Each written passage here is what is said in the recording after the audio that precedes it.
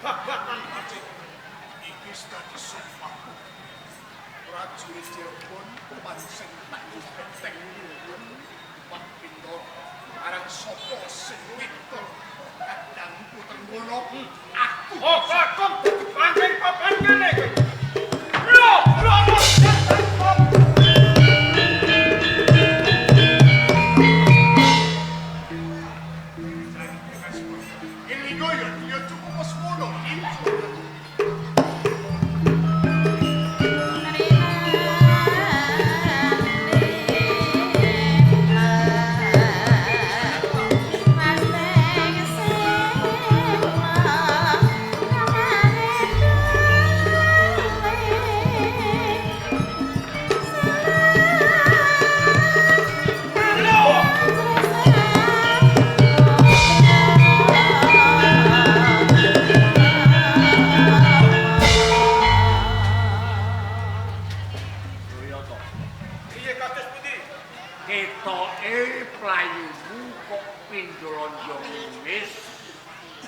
keringetmu dreweran.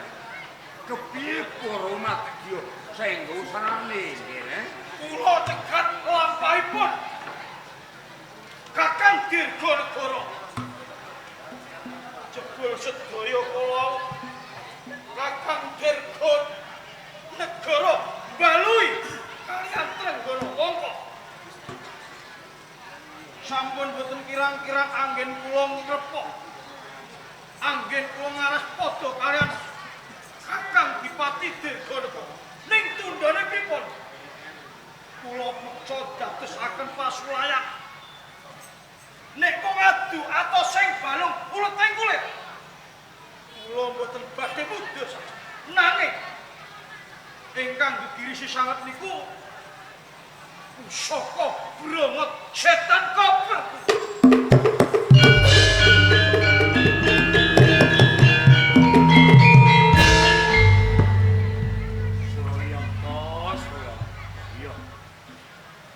Yen karepmu wurung nggonmu perang kalah sing wirang dudu kowe ning wis wirang aku mergo apa wong Demak kae padha ngerti sapa Suryata.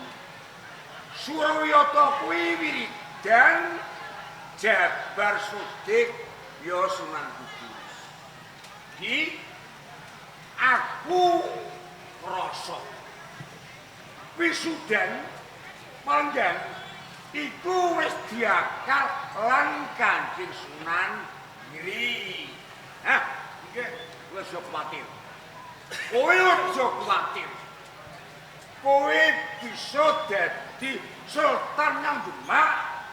Iki ana syarat lan sarana. Lajeng syarat lan saranane niku napa?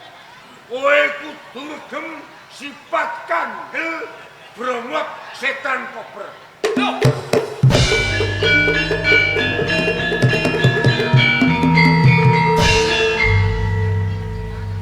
Aku bisa jumeneng Sultan ing Bintoro Demak. Kudu duweni Brongot Setan Koper. Kenapa ingin bicara kayu? Brongot Setan Koper kenapa? Pusaka sing ampuh. Pusaka. Ora ana liya sing ndarbeni Kakang Dipati Dirgonegoro. Kula kemana? Napa kula? Ora. Napa kula? Lajeng siki ana pawongan sing pas lantrep ora ngawes tarani. Sinten? Selesai. Kono. Tumapak ana taman Pamardi Putri.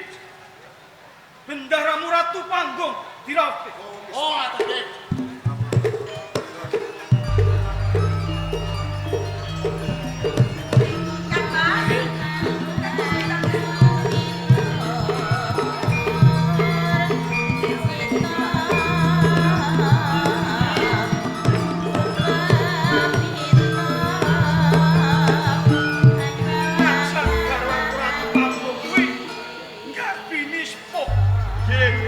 Katon piye?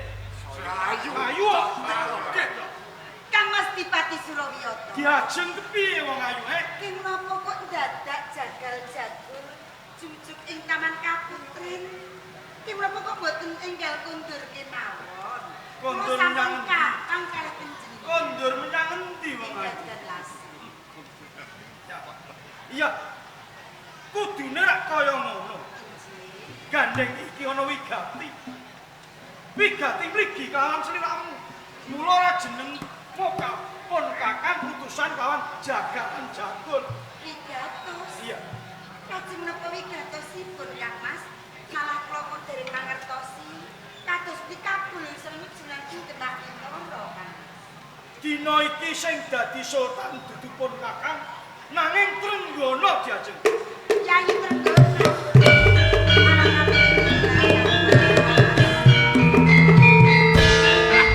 Malah yang kuyung. Bakal kamu junilah ki kepiye? Ora ndongake marang garwane. Kang Mas, sedaya kadang sampun anggadhahi palenggahan. Ingkang dereng anggadhahi namung Yayi Trenggono. Dadi sampun pas lan timbrah mautu Yayi Trenggono ingkang jumeneng ngono. Ora diajeng ratu panggung. Menapa mboten? Pun kakang nggone panjangka.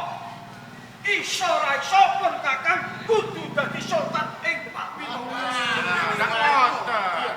Kula sampun ngramubru alabur madu dados garipun Kanjeng Dipati wonten ing Gagan Las. Nanging pun kakang menggalih marang putramu sing sok andhok. Iki ana dalan. Margi menapa Kang Mas? Pun kakang bisa jumeneng ratu ana ing Kasultanan Demak. Waton bisa gregem brongot setan kober. Brongot setan kober. Iya. Lajeng kersa panjenengan awit yen mengko mboten anggadhahi brongot setan kober. Sliramu garwa sing tak tresnani tak jaluk kanthi banget. Sliramu kudu gelem kangelan. Menapa Kang Mas? Nggak kon nolong brongot setan kober. Nyolong.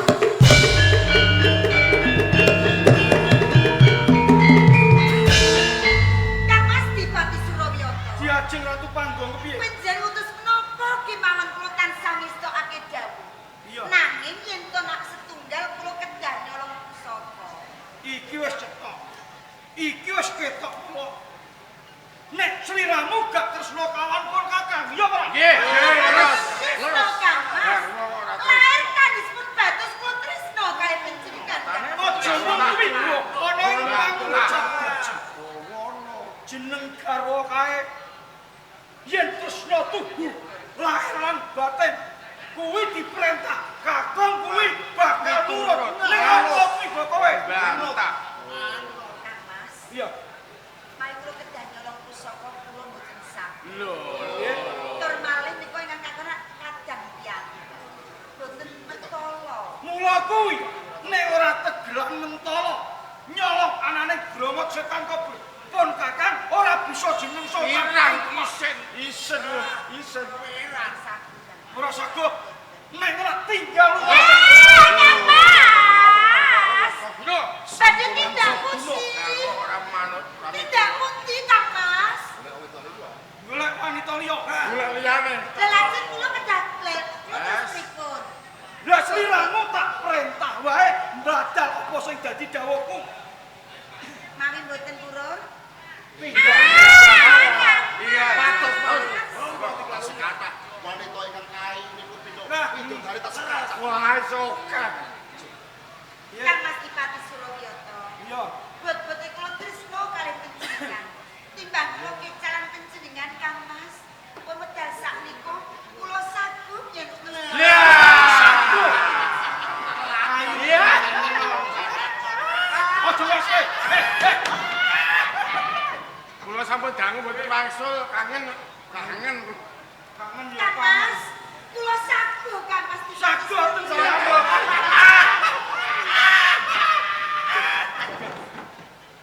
Lho. senengane kok nyemu lho.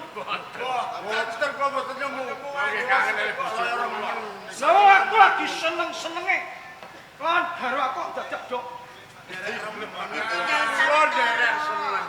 Aku ki kangen karo garwaku jagal-jagal. Kang Mas, Diajeng kepiye? menapa wedal sakmenika kula kedah nyolong pusaka. Saiki uga aja mendadak kesuwenan. Kados ngaten. Suwanen Kabupaten Cirebon ketemu lawan Kakang Dipati Dirgonegoro. Kados ngaten Kang Mas, namung estuk ati dawuh. Ngono. Kula nyuwun pamit sih Kang Mas. Ayo tenan. Kang Mas sekali Surabaya.